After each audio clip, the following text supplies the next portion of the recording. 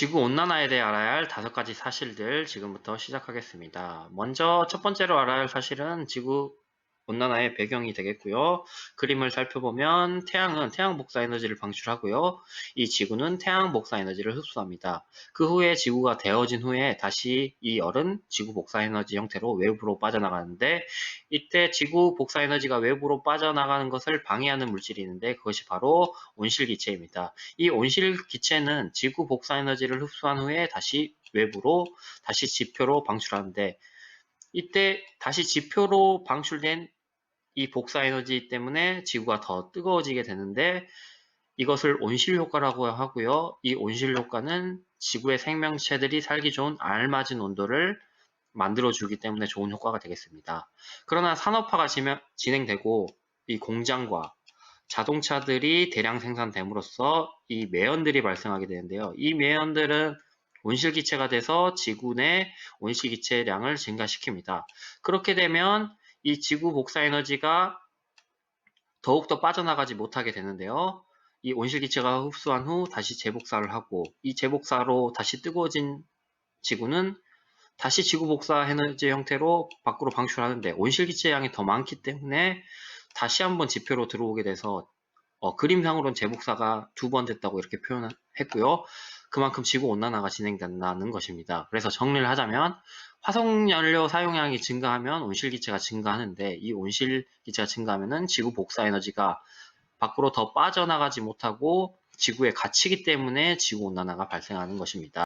두 번째로 알아야 할 사실은 지구온난화의 원인이고요. 그러니까 지구온난화의 주범인 온실기체에 대해 살펴보도록 하겠습니다. 온실기체의 종류로는 이산화탄소, 메테인, 아산화질소, 염화불화탄소, 오존 수증기 등이 있고요. 주요 배출원을 살펴보면 이산화탄소의 경우에는 석탄 및 석유의 연소, 그러니까 화석연료 사용함에 있고요. 메테인의 경우에는 쓰레기 부패 그리고 가축의 방구에서 나오고, 아산화질소는 석탄, 질소비료, 폐기물 소각 시에 나옵니다.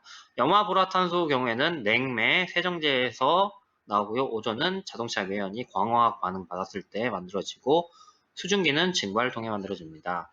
그래서 각각의 연평균 증가율을 살펴보면 ppb 단위를 사용하고, 이거는 10억분의 1에 해당합니다. 각각 1500, 13, 0.75, 0.02, 3이 되겠고요. 상대적인 분자의 온난화 잠재력을 살펴보면 1이고요. 그리고 24.5, 그 다음 320, 그리고 4000, 8500, 그리고 2000 이하가 되겠습니다. 그리고 이 연평균 증가량과 온난화 잠재력을 고려했을 때 인간이 만든 온실효과에 대한 기여도는 61%, 그리고 메테인은 적은 증가량이지만 온난화 잠재력이 높기 때문에 15 정도 되고요.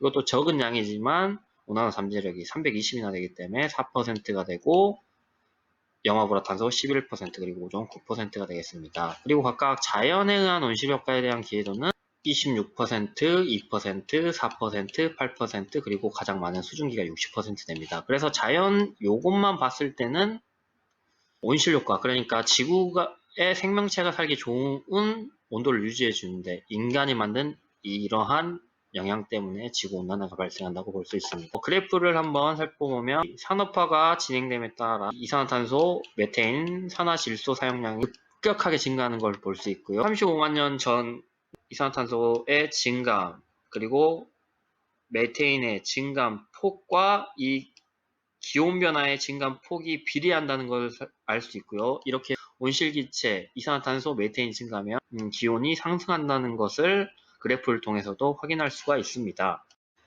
세 번째로 알아야 할 사실은 지구온난화가 일어나는 과정이고요. 먼저 화석연료를 사용하면 매연에 의해 대기 중에 이산화탄소 증가하고요. 산림벌채하면은 식물들 광합성 못하기 때문에 대기 중에 이산화탄소 증가하게 됩니다. 그에 따라 이제 지구온난화가 발생하는 건데요. 지구온난화가 발생하면 첫 번째 증발량이 증가하게 됩니다. 증발량 증가하면은 자연스럽게 대기 중에 수증기량 증가하게 되는 거고요. 수증기량은 온실기체이기 때문에 지구온난화가 가속하게 됩니다.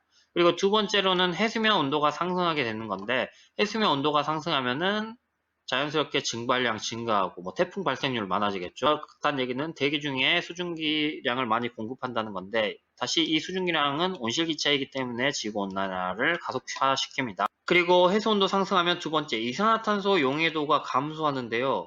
이 말은 대기 중에 이산화탄소가 해수에 녹지 못하고 대기 중에 남아있고 표현할 수 있는데요. 그러면 대기 중에 이산화탄소는 증가하게 되는 거고 지구온난화가 가속하게 됩니다. 세 번째로는 빙하량이 감소하게 됩니다. 이 빙하량이 감소하면 첫 번째 태양빛이 지표 반사율의 감소인데요. 태양 복사 에너지가 지표로 들어오면은 빙하에 의해 반사가 되는데 빙하량 감소하면은 태양빛을 반사시킬 수 있는 게 사라지기 때문에 지구가 따뜻해지게 되겠고요. 그리고 빙하량 감소하면 해수면이 상승하겠죠. 이 해수면이 상승하면 해안 지역이 침수가 됩니다. 그래서 육지 면적이 감소하게 되는 것을 볼 수 있고요. 또 해수면 상승의 원인, 첫 번째 원인은 해수 온도 상승에 따른 해수의 열 팽창으로 해수가 팽창해서 상승하는 효과고요. 그리고 두 번째가 빙하량이 감소했기 때문에 해수면이 상승하게 되는 것입니다. 네 번째로 알아야 할 사실은 지구온난화의 결과인데요. 먼저 나온 것은 해수면 상승이 일어납니다. 그래프 살펴보면 Y축은 평균 기온 편차가 되겠고요. X축은 시간의 흐름이 되는데 시간의 흐름이 진행될수록 평균 기온 편차가 증가하는 거 확인할 수 있고요. 연속적으로 해수면의 높이도 점점 상승하게 됩니다. 해수면 높이 상승하면 육지 면적이 감소하는 피해를 겪습니다. 온난화로 변하게 될 2050년 지구의 모습을 살펴보면 각각 범례가 사막화, 해수면 상승, 곡물 생산 감소, 식순환, 열대폭우 증가, 질병 확산 위기, 어획량 감소. 이것은 다 지구온난화에 대한 결과 그리고 피해가 되겠고요. 사막화 먼저 살펴보면 러시아 북부 이쪽은 사막화 발생하고요. 그리고 남미 이 위쪽 부분도 사막화 발생하게 됩니다. 해수면 상승이 일어나는데요. 지금 해안가 주변 아프리카 그리고 호주 동남아 섬 그리고 북미 이쪽 해수면 상승으로 사라지기를 위기를 겪게 되고요. 곡물 생산량도 감소하는데 특히 아프리카 이 부분이 곡률 감소가 심한 것으로 보이게 되겠습니다. 그리고 식순환도 역시 이 부분 곡률 감소와 함께 식순환이 일어나고 열대폭우가 증가하는데 열대폭우 이쪽 보면 태풍 잘 발생하는 이쪽 그리고 이쪽 난류가 흐르는 부분에서 해수면 상승해서 사라지게 될 수도 있습니다. 열대성 질병이 확산하게 되는데요. 특히